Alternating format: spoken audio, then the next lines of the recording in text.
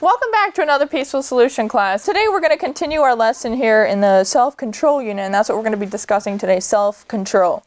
Okay, so we're going to pick up on page 4 of the self-control unit. Can I get a volunteer to read that for me? What is self-control?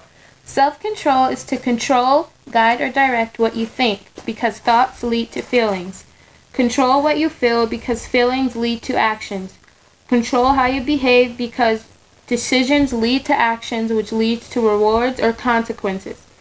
Self-control is the foundation of moral behavior.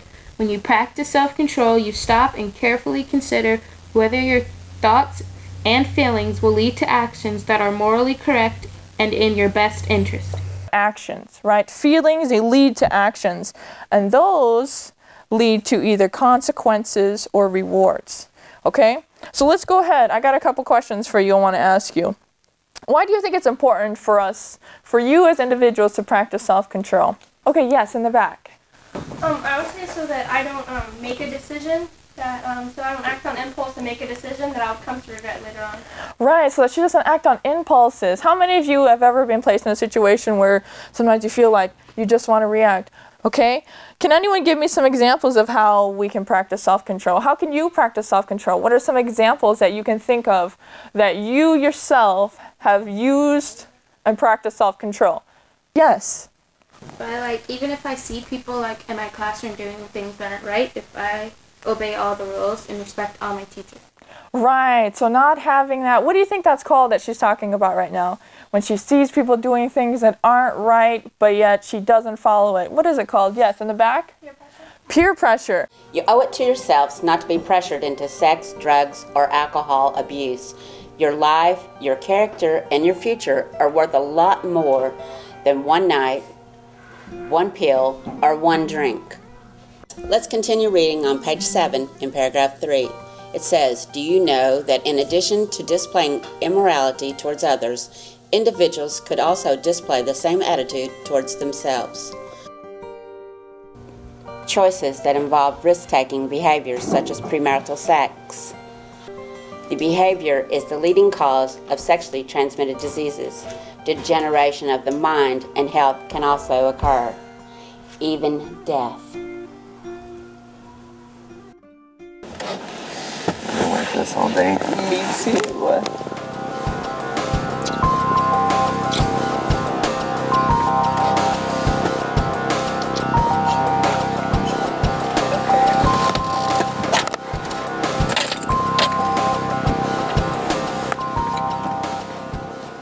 Wait, do you have a condom? Yeah. Okay. I have a condom. I never leave home without it. Right on.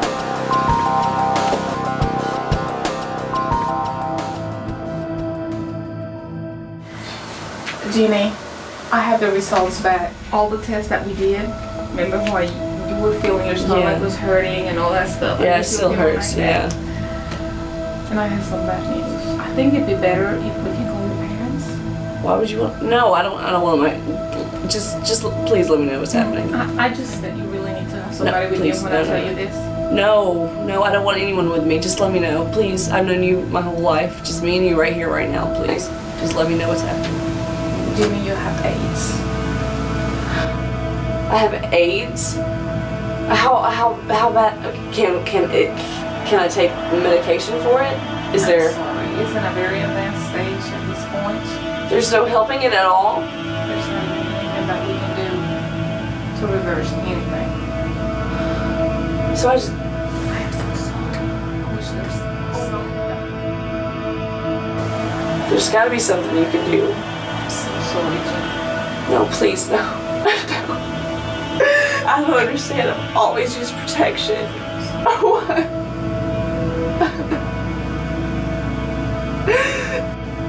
If only I would have listened to the peaceful solution.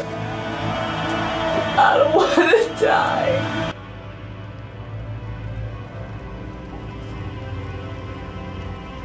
You may think this is childish, but if you don't learn these lessons now, this is what awaits you. Sickness, depression, and even death.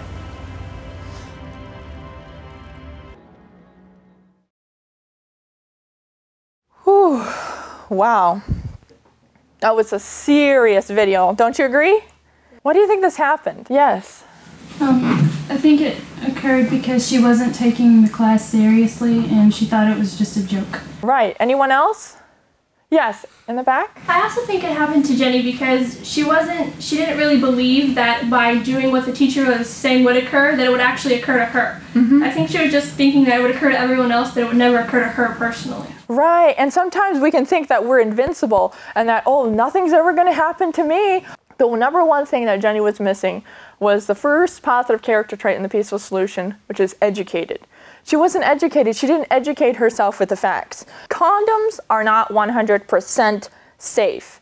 I want you to think about this. This is not just a one-time situation. Oh, this is like 1 in a million. No, these types of situations are occurring daily, hourly, probably even down to the minute. These cases are occurring.